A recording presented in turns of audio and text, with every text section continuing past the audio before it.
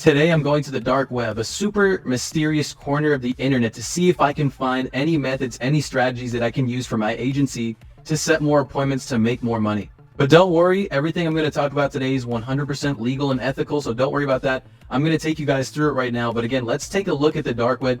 Let's go through the methods that I found to see what works best and how we can set appointments for the agency. Let me make one thing very clear. The dark web is not just all about illegal activities and unethical practices. It can be a treasure trove of information, of good connections, unique opportunities out there. But today we're focused on a more creative and legal approach to setting appointments for the agency that I actually did find on the dark web. I want to say I actually don't recommend going to any part of the dark web, or any sketchy part of the internet for that matter, especially if you don't know what you're doing. I personally just wanted to say that, or see if there's any difference from what people on YouTube or Reddit or Google say about the dark web. The good news is though, I've already done that for you, and I'm going to share the secrets that I found on the dark web. So you don't have to go and put yourself at risk. I'm going to be showing you that. Starting out, essentially, I was just trying to find different groups and forums out there to see if I could connect with any other agency owners that might be testing different strategies already. I was trying to see what kind of black hat methods they were using to be setting appointments with potential clients for the marketing agency. So to do that, we're going to use a rather unusual tool. It's a soundboard. And I know you might be thinking, but just to make it clear, the soundboard is just a way to contain voice recordings of my own voice for cold calling campaigns. It allows us to reach out to business owners in the way that we normally would, except we can actually outsource this to a virtual assistant. The main problem that this fixes is burnout, accents, and comprehension of your virtual assistants that you may hire to do cold calling for you. All they have to do now is just press buttons on a soundboard with your voice in the way that you would normally say it, and they'll set appointments like they normally do. And obviously, if you guys have seen the other videos on my channel, we all know that cold calling can be effective, especially when doing SMMA, when you're doing it right. And I'm going to show you how to do this method of cold calling professionally, legally, and ethically. So let's get right into it. Okay, so now that we're here, I'm just going to show you guys the method of how we're using the soundboard technology to schedule appointments with prospective clients. So the first thing I'm going to show you is kind of like the setup and how it works on the back end, and then I'll show you guys actual real examples towards the end. So starting with the sound recorder, this is actually a default Windows app. You can use different applications within Mac or even online tools, just something that can record sound that you can use later. So I'm going to play some of the recordings, explain it a little bit, and then we'll get right into it. So let me start with this first one. Hey, it's Dan. I was the guy that was just texting you about the credit repair referrals. How are you? So there you go. It's just a quick intro. Now, for each line that I do, I actually do multiple, messages of the same line in case they ask like the same thing. Like, for example, imagine they answer the phone. They're like, hello? I play this recording and they're like, hello? Wait, what? Hello? Then I'll do a variation of that so it doesn't sound like the same recording. Here's an example. Yeah, sorry, it's Dan. I was the guy that was just texting you about the credit repair referrals. Can you hear me? Oh, yeah, I can hear you. And then we go into like, hey, the reason why I was sending you that text message or that email or that whatever. So there's like a little bit of context before the virtual assistants are calling them, because we don't just cold call. We also do email, SMS, voicemail drops, whatever. So I'll usually change this second line to, hey, the reason why I was texting, the reason why I was emailing, the reason why blah, blah, blah, or hey, I was calling because, right? Whatever method of outreach, insert here. So let me play this.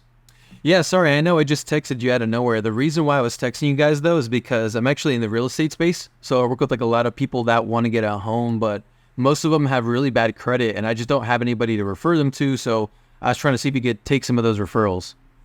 Okay, so I'm talking about referrals. At the end of the day, we're selling lead generation services, right? So we're just selling Facebook ads and whatnot, but this is how we position our offer when we're doing outreach. So we can explain that we're a marketing agency and that we run ads on a landing page. But without going too far into that, I have other videos on that. I just want to show you. We get these sound recordings done.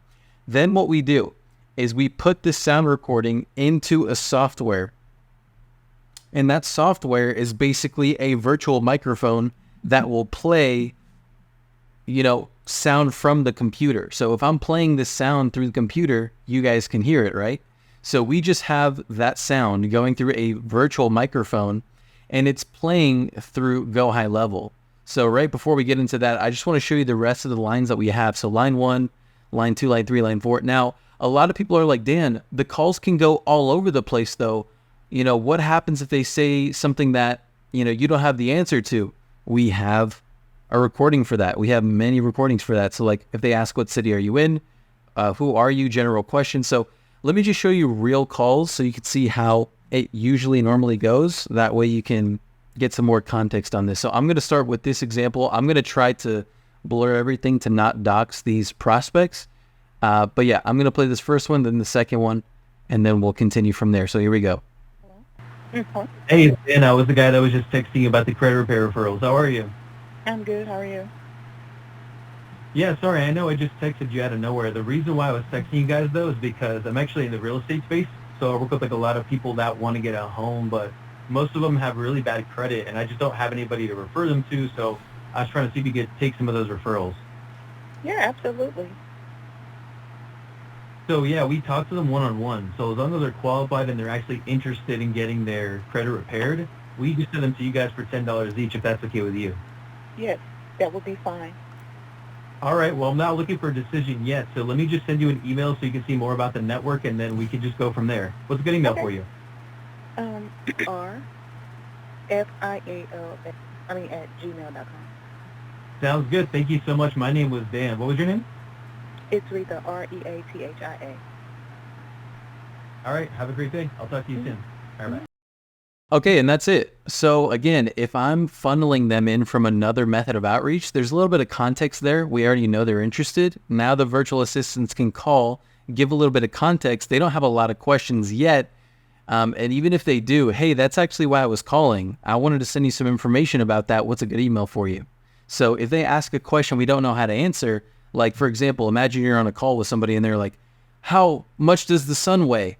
Perfect. That's actually why I was calling. I just wanted to send you some information on that so you can see for yourself. What's a good email for you? And just variations of that. So this is one example. Here's the second example. I'll play this for you now. Hey, Ben, I was the guy that was just texting you about the credit repair referrals. How are you? Hey, how are you? Yeah, sorry, I know I just texted you out of nowhere. The reason why I was texting you guys, though, is because I'm actually in the real estate space.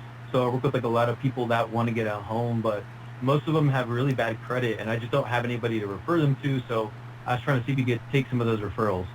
Well, that sounds great because I can also send you some my way because I have a lot of clients when we're done with them. They're always looking to purchase a home all the time. So I actually have probably 3 just on the top of my head right now. I just have to, once I get back into the office, I can go ahead and go over the files and see which ones are ready to go.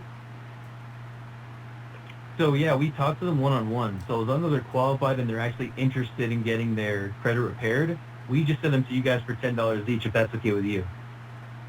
That sounds good. That sounds good. Okay, and you said how many you have ready right now? Well, that's actually why I was calling. I just wanted to send you guys some information so you can see more now, and then I was just going to check in with you once you've seen it. So what's a good email for you? I'll send you some info on that. Okay, it's the 8. My name was Dan. What was your name? Jennifer.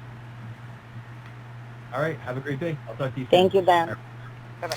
And that's it. And that's it. So again, she asked the question we didn't know how to answer. We hit them with the general questions response, and we're good to go. Now we sent them information about who we are, what we do. We have permission to call back once they've seen the email. And now we have more opportunities in the pipeline, and I didn't even have to cold call. Now, by the time they get to the sales call, they think I've been talking to them the whole time. So it's just a much better approach to the entire sales process. And if you guys want to see how you can implement this for your own agency or your own business, I'm going to leave a link right now in the description. Check out that link right now in case you guys want to see how you can implement this for your business. I'll see you guys then. Let me know what you guys thought about that entire method. If you guys thought it was nice, if you guys thought it was trash, leave a comment either way. Let me know. If you guys want to see how you can possibly implement this for yourself or in your own agency, I'm going to leave a link in the chat. It's called book.io if you want to see how this technology works or how you could, again, even implement this for your own business. So thank you guys so much for watching this video. I'll see you guys when I see you guys.